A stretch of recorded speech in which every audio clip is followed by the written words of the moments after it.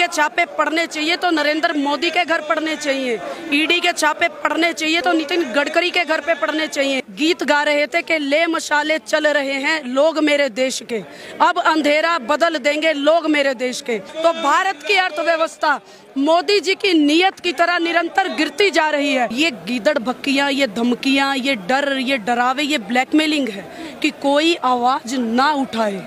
जब पूरे संसार बड़े आराम से अपनी अर्थव्यवस्था को, अपनी जीडीपी को ऊपर उठा रहा है, तो भारत की अर्थव्यवस्था मोदी जी की नीयत की तरह निरंतर गिरती जा रही है। आज आप 1 रुपया देखिए, आज आप डॉलर देखिए, कितना अंतर है। यही सरकार है ना जो 15 झूठे जुमले देकर आई थी। सबसे पहला नारा दिया था ये मोदी और अमित शाह की जोड़ी ने, बेटी बचाओ बेटी पढ़ाने का। आज बेटियों पे जितने अत्याचार हो रहे हैं, आज महंगाई जिस कदर से आम आदमी की, गरीब की, और अब तो हम ये कहना चाहेंगे कि मिडिल क्लास भी इससे बचा नहीं है। ये सारे पूरी ना 2 ही कैटेगरी देश में रखना चाहते हैं, एक इनके अडानी अंबानी जैसे व्यवसायी मित्र, और एक सारा ही भारत गरीबी रेखा से नीचे, और सारा पैसा इनके जितने भी ये गुजराती भाई हैं सभी इस देश से लेके फरार हो जाएं। ये मोदी जी की नीयत है, और उसी नीयत के खिलाफ आज हम सिर्फ मोदी की वजह से, अमित शाह की वजह से आज ये बहनें, आज ये भाई, देश के युवा, हमारे बुजुर्ग सड़कों पे हैं। और आप देखिए किस प्रकार से लोकतांत्रिक देश में लोकतंत्र की हत्या हो रही है। यहाँ अगर आपको कोई भी प्रोटेस्ट करना है, जनता के हकों की आवाज उठानी है, हम एक राष्ट्रीय पार्टी के पदाधिकारी हैं, राष्ट्रीय पार्टी के कार्यकर्ता हैं, जनता के हकों के लिए लड़ते हैं, लेकिन हमारे कार्यालय में हमारे साथियों को नहीं आने दिया जा रहा, हमें नजरबंद किया जा रहा है। आज से पहले क्या कभी यहाँ पे कोई भी आंदोलन नहीं हुए? क्या अन्ना हजारे ने आंदोलन नहीं किया? क्या रामदेव ने आंदोलन नहीं किया? क्या कांग्रेस पार्टी ने कभी लोकतंत्र की हत्या की जिस प्रकार ये की सरकार कर रही है? हमें जबरदस्ती जेलों में डालने की तैयारी की जा रही है, लेकिन ये कांग्रेस सेवा दल के कार्यकर्ता, ये कांग्रेस के कार्यकर्ता, ये झांसी की रानियां इन जेलों से डरने वाली नहीं है। पूरे हिंदुस्तान में अगर जेल भरो आंदोलन भी चलाना पड़ा तो कांग्रेस सेवा दल चलाएगा। कांग्रेस को प्रोटेस्ट करने से रोका जा रहा है, बैरिकेडिंग कर दी गई। आगे सरकार किस बात से डर रही है आप लोगों से? सरकार डर रही है, देश परिवर्तन की राह पर है। अभी हम एक गीत गा रहे थे कि ले मशाले चल रहे हैं लोग मेरे देश के, अब अंधेरा बदल देंगे लोग मेरे देश के। आम जनता का आप हजूम देख रहे हैं। सरकारी तंत्र, प्रशासन, सीबीआई, ईडी सब अपनी जेब में, इनकी जेब में है। इतनी गिरफ्तारियां हो चुकी है, फिर भी जनता यहां आने से, ये सब कांग्रेस पार्टी के कार्यकर्ता नहीं है, आम जनता भी इसमें इन्वॉल्व है। आज सिर्फ दिल्ली में नहीं, पूरे भारतवर्ष में, हर प्रदेश में, हर देश में, हर जिले में, हर ब्लॉक में आंदोलन हो रहा है। आप यहीं से अंदाजा लगा सकते हैं कि किस बात का डर लग रहा है। पूनम जी, महंगाई बढ़ रही है, ये सबके सामने जनता भी जूझ रही है महंगाई से। वो चाहे आप कांग्रेस हो, विपक्ष हो, जितने भी, सब संसद के अंदर महंगाई का मुद्दा बनाना चाहते हैं, लेकिन महंगाई का मुद्दा बन नहीं रहा और सरकार कह रही है कि महंगाई है ही नहीं। तो फिर ये क्या है? मतलब महंगाई जो नहीं है, जीएसटी बढ़ रही है, क्या है, क्या चल रहा है देश में? महंगाई का मुद्दा संसद में कैसे उठेगा? आप जरा गौर कीजिए। कल हमारे सांसद, वरिष्ठ कांग्रेसी नेता मल्लिकार्जुन खड़गे जी जब संसद में बैठे हैं, संसद का सत्र चल रहा है, ये कहाँ का कानून है, कहाँ का न्याय है, कौन सा विधान है कि संसद में बैठे जनता द्वारा चुने गए हमारे एक सांसद को ईडी का संसद में बैठे हुए नोटिस आता है? ये गीदड़ भक्कियां, ये धमकियां, ये डर, ये डरावे, ये ब्लैकमेलिंग है कि कोई आवाज ना उठाए, विपक्ष एकजुट ना हो। लेकिन राहुल गांधी की सेना, कांग्रेस पार्टी की सेना, हम दबने वाले नहीं हैं, हम डरने वाले नहीं हैं। जनता हमारे साथ है, और जब तक देश की जनता हमारे साथ है तो जैसे लड़े थे गोरों से, वैसे लड़ेंगे चोरों से। आप कह रहे हैं दबने वाले नहीं है और डरने वाले भी नहीं, लेकिन ईडी तो पूरी कोशिश में है, डराने में भी और धमकाने में भी। जब किसी चीज के सबूत नहीं होंगे, कोई गुनाह ही नहीं होगा, कुछ गलत किया ही नहीं होगा, हमारा अखबार, हमारे संपादक, हमारा व्यवसाय, क्या सरकार का निकाला, क्या किसी के साथ गद्दारी की, धोखा किया, इनकी तरह ब्लैकमेलिंग नहीं की। अगर ईडी के छापे पड़ने चाहिए तो जय शाह के घर पड़ने चाहिए, ईडी के छापे पड़ने चाहिए तो नरेंद्र मोदी के घर पड़ने चाहिए, ईडी के छापे पड़ने चाहिए तो नितिन गडकरी के घर पे पड़ने चाहिए।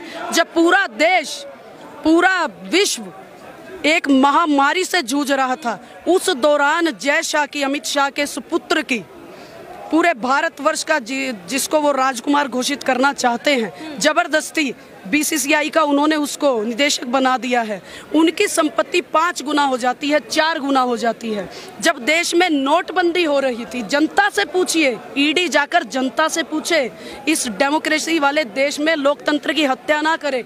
जनता बताएगी कि जब इस पूरे भारतवर्ष की बहन बेटियों की शादियां रुक रही थी नोटबंदी के दौरान, तब भाजपा के इतने सुंदर सुंदर पूरे नेट 5 स्टार 6 मंजिला लिफ्ट से लैस कार्यालय बन गए पूरे हिंदुस्तान में। कहां से बन गए? आप आरटीआई लगाकर देखिए, ये जवाब नहीं देंगे, क्योंकि ये अभी शासन इनका चल रहा है, शासन नहीं दुशासन चल रहा है। ये अभी जवाब नहीं देंगे, लेकिन एक दिन जनता की सरकार आएगी। जो हाल में हुआ उससे भी बदतर हाल इनकी सरकार का होगा। जनता इनको छुपने की जगह नहीं मिलेगी। भाजपा सवाल कर रही है कि कांग्रेस के अंदर लोकतंत्र है क्या? ये लोकतंत्र है, ये लोकतंत्र। मैं हरियाणा से हूँ, ये भाई बिहार से है। ये लोग ही हैं, यही अपना तंत्र, लोगों द्वारा, लोगों से ही चुनी हुई सरकार। लेकिन वो क्या है? एक मशीन, पैसे से, भ्रष्टाचार से, करप्शन से चुनी हुई सरकार। रंगे हाथ वो लोग पकड़े जाते हैं जब निर्वाचन अधिकार के, हम सीधा स्पष्ट इस कैमरे के माध्यम से कहना चाहते हैं, आपके माध्यम से कहना चाहते हैं, और हमें उम्मीद है, हम डरते नहीं है किसी से। निर्वाचन आयोग, चुनाव आयोग सभी इनके साथ मिले हुए हैं। निर्वाचन आयोग के, चुनाव आयोग के साथियों की गाड़ियों में ईवीएम मशीन, नेता बैठे होते हैं बीजेपी के, वो पकड़ी जाती है उत्तर प्रदेश में, वो पकड़ी जाती है हर जगह। लेकिन तब भी कहीं कोई न्याय नहीं होता। ये मशीनों से राज कर रहे हैं, लेकिन अभी 2024 में इनका वो मशीनों वाला राज भी नहीं आएगा। ये कांग्रेस पार्टी के कार्यकर्ता, ये भारत के हम युवा, हम महिलाएं, एक बूथ पे, एक चुनाव आयोग के कार्यालय पे, एक भाजपा नेता के घर के बाहर, जब तक इलेक्शन का रिजल्ट नहीं आएगा 2024 में, हम पहरा देंगे। ऐसा आपने 2022 में क्यों नहीं करा? क्योंकि आशंकाएं लगाई जा रही थी कि इस बार हो सकता है योगी सरकार गिर जाए, क्योंकि बहुत महंगाई बढ़ी, बहुत सारे जो मामले थे हमारे सामने आए।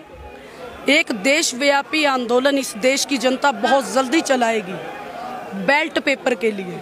जब हम अपनी मांग करेंगे, इन ईवीएम मशीनों को, इन मोदी मशीनों को हम बंद करवाने की मांग करेंगे, उसी दिन दूध का दूध और पानी का पानी हो जाएगा। जनता पूछना चाहती है कि आप देश के राष्ट्रपति का चुनाव बैलेट पेपर पे कराते हैं, आप राज्यसभा सांसदों का चुनाव बैलेट पेपर पे कराते हैं, तो हम आम आदमियों ने, इस देश के नागरिकों ने क्या पाप किया है? भैया मोदी जी, अमित शाह जी, आप हमारा जो नेता हमने चुनना है, हमारी जो सरकार चुननी है, वो जबरदस्ती हमें क्यों आप कंप्यूटराइज सरकार बनाकर देते हैं? वो हमें ईवीएम पे क्यों आप अंगूठे लगवाते हैं? बहुत सारे साथियों ने लाइव वीडियो भी बनाई हुई है कि हर दूसरा तीसरा वोट कमल के फूल को जा रहा है, जबकि वो किसी और को डाल रहे हैं। ये कहाँ के न्याय है? पूनम जी बारिश में भीग चुकी हैं, पसीनों से एकदम तर हो चुके हैं, ये हौसले कब तक बुलंद रहेंगे? क्योंकि बाहर जो बैरिकेडिंग है ना, बहुत मजबूत दिखाई दे रही है। हम डरते नहीं हैं, हम डरते नहीं हैं। पिछली बार भी डंडे लगे थे, जेलों में गए थे, रात को 11 बजे तक हमें डिटेन रखा गया। कोई कानूनी विधान नहीं है, ये कहीं का कानून नहीं है, लेकिन हमें जितनी बार जेल जाना पड़ेगा, ये तो पसीना है। पत्रकार महोदया, हमारी बहन, इस देश की बहनों के लिए, बेटियों के लिए, मेरे युवाओं भाइयों के लिए अगर खून भी निकलेगा हम वो भी बहाएंगे। पूनम जी आखिरी सवाल, ये हल्ला बोल कब तक? सिर्फ आज या फिर लगातार हल्ला बोल इस तरीके की कांग्रेस लाती रहेगी? जब तक ये दो रंगी सरकार, ये दो मुंह वाली झूठी जुमलेबाज सरकार महंगाई को कम नहीं करती, डीजल पेट्रोल के दाम कम नहीं करती, आम आदमी की जरूरतें पूरी नहीं करती, और अगर नहीं करेगी तो जब तक ये सत्ता से नहीं हट जाती, इनकी कुर्सी की चारों टांगे, ये कांग्रेस सेवा दल और कांग्रेस पार्टी के, ये आम साधारण लोग नहीं तोड़ देते, तब तक ये हल्ला बोल ऐसे ही चलता रहेगा। बहुत बहुत शुक्रिया पूनम हमसे बात करने के लिए।